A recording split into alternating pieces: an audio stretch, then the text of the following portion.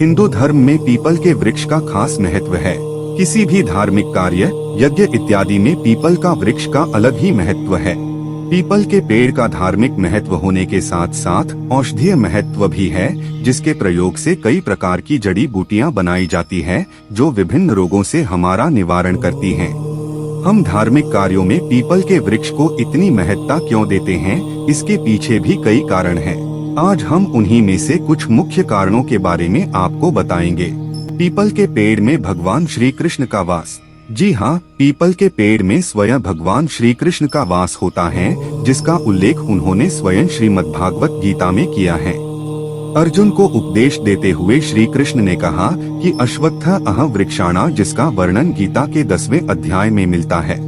इसका अर्थ है कि सभी वृक्षों में मैं पीपल का वृक्ष हूँ, अर्थात स्वयं भगवान श्री कृष्ण पीपल के वृक्ष में निवास करते हैं।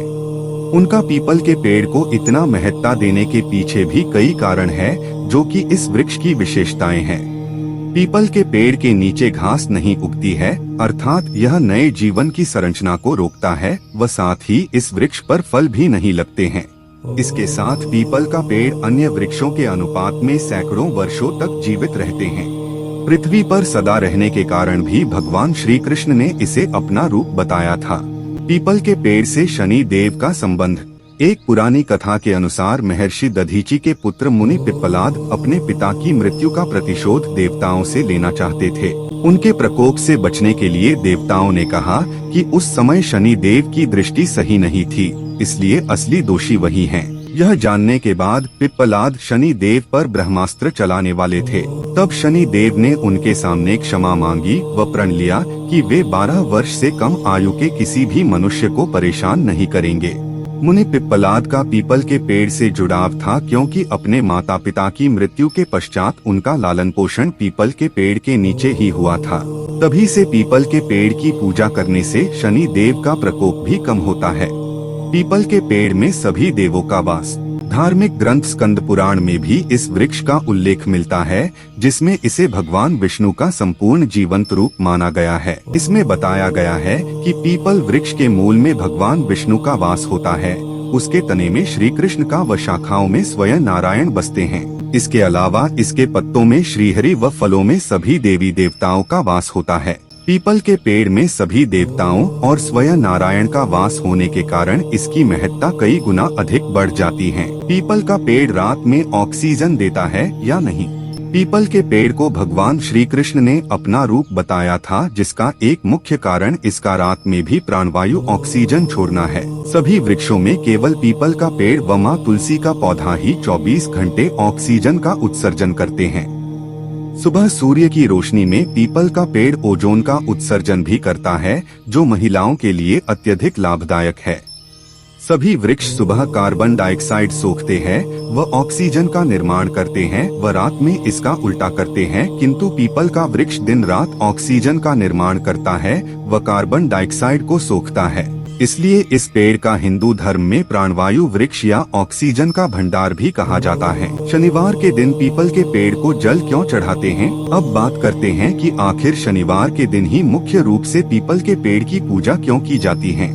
आखिर पीपल के पेड़ का शनिवार से कैसा संबंध? तो जैसा कि हमने आपको बताया कि पीपल के पेड़ से संबंध रखने वाले मुनि पिप्पलाद ने ही शनि देव को क्षमा दी थी, और शनि देव का संबंध शनिवार के दिन से होता है। इसलिए शनिवार के दिन पीपल के पेड़ को जल चढ़ाने व उसकी पूजा करने से शनि देव भी खुश होते हैं व उनका प्रकोप हम पर कम होता है। इसी के साथ पीपल के पेड़ को क्षति पहुंचाने पर उस व्यक्ति को शनि देव का प्रकोप भी झेलना पड़ता है। पीपल के पेड़ को भूतों से जोड़कर क्यों देखते हैं, या रात में पीपल के पेड़ के पास क्यों नहीं जाना चाहिए? अक्सर आपने देखा होगा या सुना होगा कि रात में पीपल के पेड़ के पास नहीं जाना चाहिए, अन्यथा भूत पीछे पड़ जाते हैं इत्यादि। ऐसी बहुत सी बातें सदियों से चली आ रही हैं, लेकिन यदि हम आपको कहे कि इसमें कुछ गलत नहीं है, तो आपको कैसा लगेगा? दरअसल पुराने समय में लोगों को जब गलत करने से रोकना होता था, तब उसके पीछे ऐसी भ्रांतियां फैला दी जाती थी, जबकि इसके पीछे का उद्देश्य अच्छा ही होता था। होता ये है कि जब हिंदू धर्म में किसी व्यक्ति की मृत्यु होती है, तब अंतिम क्रिया में पीपल के पेड़ की ही लकड़ियां मुख्य रूप से प्रयोग में लाई जाती हैं। इसके साथ ही उस समय पीपल के वृक्ष की ही पूजा करने का विधान है। इन सभी परंपराओं के अनुसार पीपल के पेड़ में पितरों का वास भी माना जाता है और उनकी पूजा की जाती है। इसी कारणवश रात में पीपल के पेड़ के पास जाने से मना किया जाता है। क्यों पीपल का पेड़ घर से दूर लगाया जाता है? ज्यादातर आपने पीपल का पेड़ या तो गांव से बाहर या किसी खाली जगह में लगा हुआ ही देखा होगा। दरअसल पीपल के पेड़ की जड़ें बहुत ज्यादा फैलती है, जिस कारण यह आसपास के भवनों की नींव को कमजोर कर सकता है। इसके अलावा यह भूमि से पानी भी अत्यधिक मात्रा में सोख लेता है। इसी कारण पीपल के पेड़ को एक दूर खाली जगह पर लगाया जाता है। इसके साथ ही पुराने समय में इसे दूर लगाने का एक और महत्व था।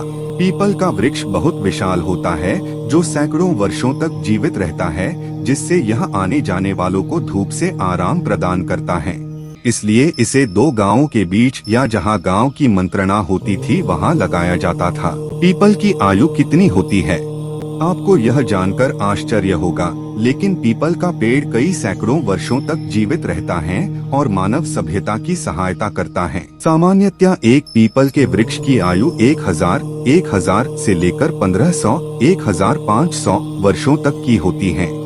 अर्थात जो पीपल का पेड़ आपके पूर्वजों ने आज से 1000 वर्ष पहले लगाया था, उसको स्पर्श करके आप उनकी अनुभूति ले सकते हैं, या फिर आज आप एक पीपल का पेड़ लगाकर आगे की पीढ़ियों के लिए छोड़ सकते हैं। वैसे कई पीपल के वृक्ष अपनी सामान्य आयु से भी ज्यादा समय तक जीवित रहते हैं, यदि उन्हें ढंग से संभाल कर रखा जाए और वहाँ का पर्यावरण अनुकूल उनके लिए हो तो। कुछ पीपल के वृक्ष की आयु 2500 से लेकर 3000 वर्ष भी आकी गई है। पीपल के पेड़ के फायदे। पीपल के पेड़ का उपयोग विभिन्न बीमारियों के नाश और कई प्रकार की जड़ी बूटियों व दवाइयों में किया जाता है, जिसका स्वास्थ्य लाभ हमें मिलता है।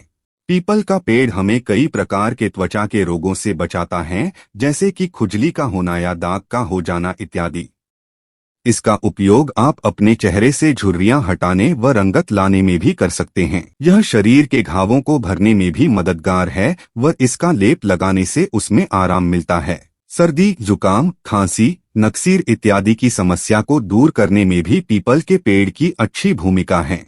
यह हमें कई अन्य बीमारियों जैसे कि पीलिया, सिर दर्द, मलेरिया, दांतों की समस्या, सांस लेने में समस्या इत्यादि में बहुत सहायता करता है।